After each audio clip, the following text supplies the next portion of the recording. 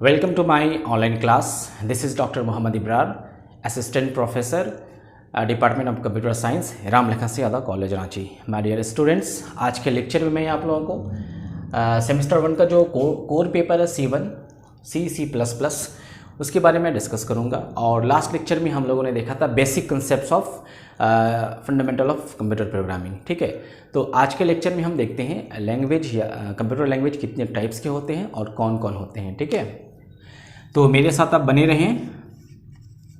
मैं आपको डायग्राम के थ्रू समझाता हूं कि कंप्यूटर लैंग्वेज के कितने टाइप्स होते हैं या इसको कितने पार्ट्स में कैटेगराइज किया जा सकता है।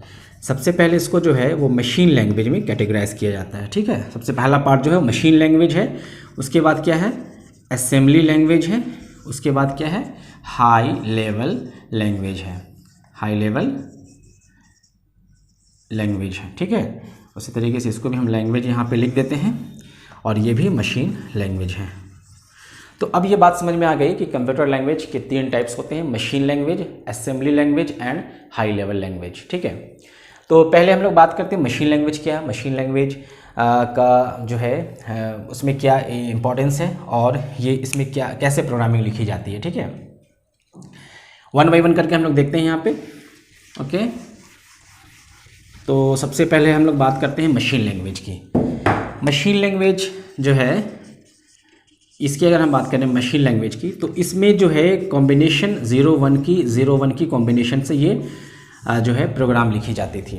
0 1 1 0 की कॉम्बिनेशन से प्रोग्राम लिखी जाती थी। और मशीन के लिए क्या एडवांटेजेस थे कि मशीन जो है डायरेक्टली इसको समझता था। क्यों? क्योंकि मशीन कंप्यूटर जो है वो सिर्फ और सिर्फ 0 और 1 को समझती है। मशीन किसको समझती है? सिर्फ 0 और 1 को समझती है।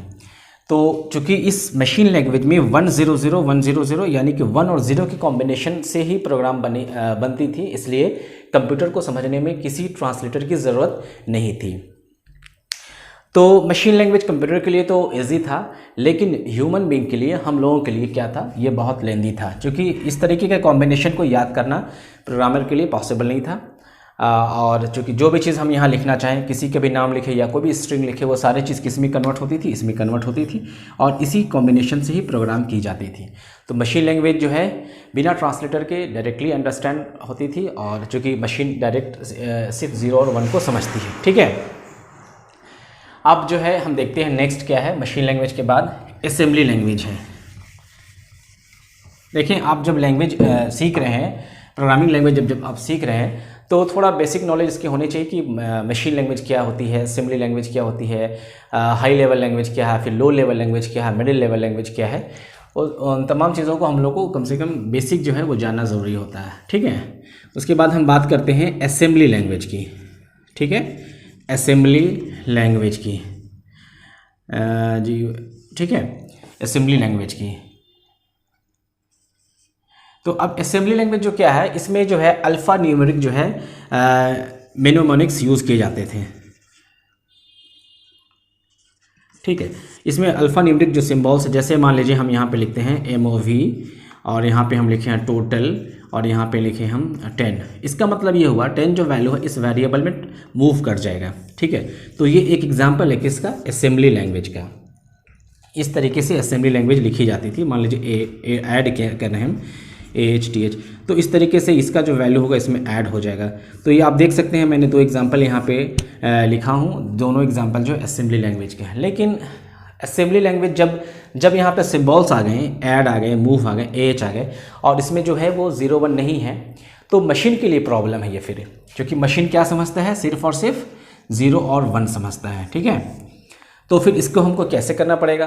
क्योंकि ये जो लैंग्वेज है मशीन कंप्यूटर नहीं समझ रहा, तो फिर हमें ट्रांसलेटर की ज़रूरत पड़ेगी। किसकी ज़रूरत पड़ेगी? हमें ट्रांसलेटर की ज़रूरत पड़ेगी। ट्रांसलेटर की जो भी काफ़ी इंपॉर्टेंट है ट्रांसलेटर की। तो असेंबली लैंग्वेज के जो कोड को कन्वर्ट करके मशीन लैंग्वेज में बदल देगा, उसको हम लोग कहते हैं असेंबलर। क्या कहते हैं? असेंबलर। तो असेंबलर क्या हुआ? A type of translator. Assembler क्या हुआ? A type of translator.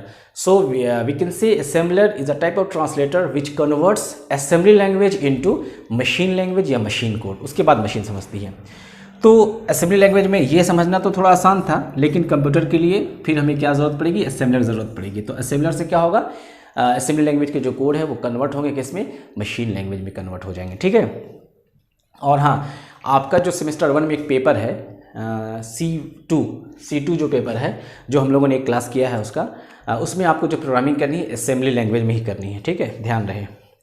अब हम देखते हैं तीसरा, अगर हम लैंग्वेज के थर्ड टाइप पे हम डिस्कस करते हैं तो वो है हमारे पास हाई लेवल लैंग्वेज। क्या है हमारे पास, हाई लेवल लैंग्वेज।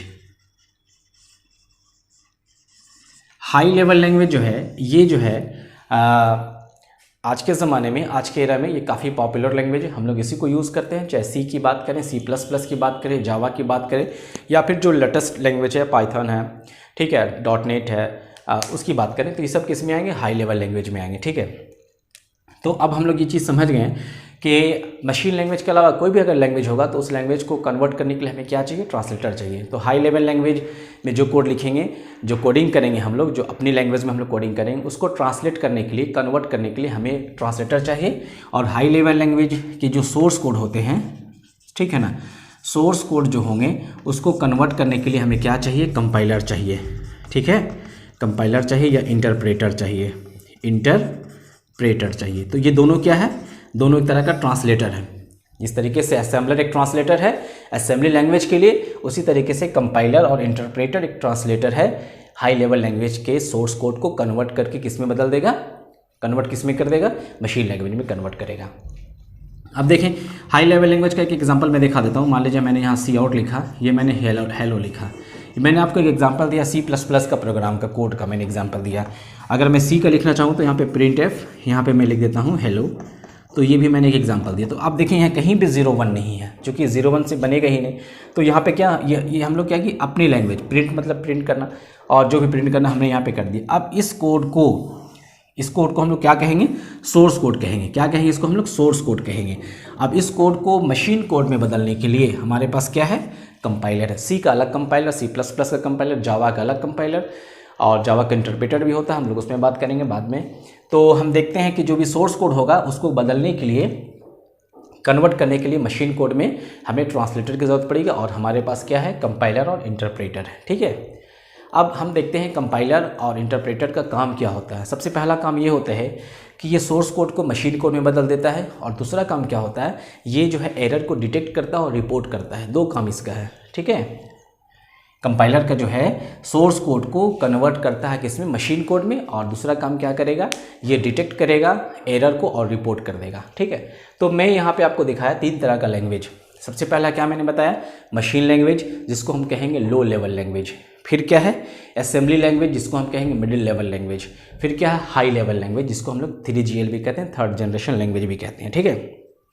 तो अब हमें जानना है कि बहुत सारे जो ऑथर है जिन्होंने अपने बुक में लिखा है मशीन लैंग्वेज और असेंबली लैंग्वेज दोनों को उन्होंने लो लेवल लैंग्वेज में लिखा है, और फिर हाई लेवल लैंग्वेज एक अलग है यहाँ पे। और कुछ ऑथर्स ने लिखा है मशीन को लो लेवल में, और असेंबली को मिडिल लेवल में, और हाई लेवल को high level language, that is third generation language. उसके बाद तो ये चीज़ें हैं, इसको आप समझने की कोशिश कीजिए, मशीन लैंग्वेज और कंप्यूटर लैंग्वेज के टाइप से। अब नेक्स्ट लेक्चर में हम लोग जो देखेंगे वो सी लैंग्वेज, चूँकि हम लोग नेक्स्ट लेक्चर में क्या देखेंगे, हाई लेवल लैंग्वेज में सी को हमको पढ़ना और C++ पढ़ना है। फिर हाई लेवल लैंग्वेज की भी 2 कैटेगराइज कर सकते हैं हम लोग, एक प्रोसीड्यूरल लैंग्वेज है और दूसरा ऑब्जेक्ट ओरिएंटेड लैंग्वेज है, ठीक है। तो फिर मिलते हैं नेक्स्ट लेक्चर।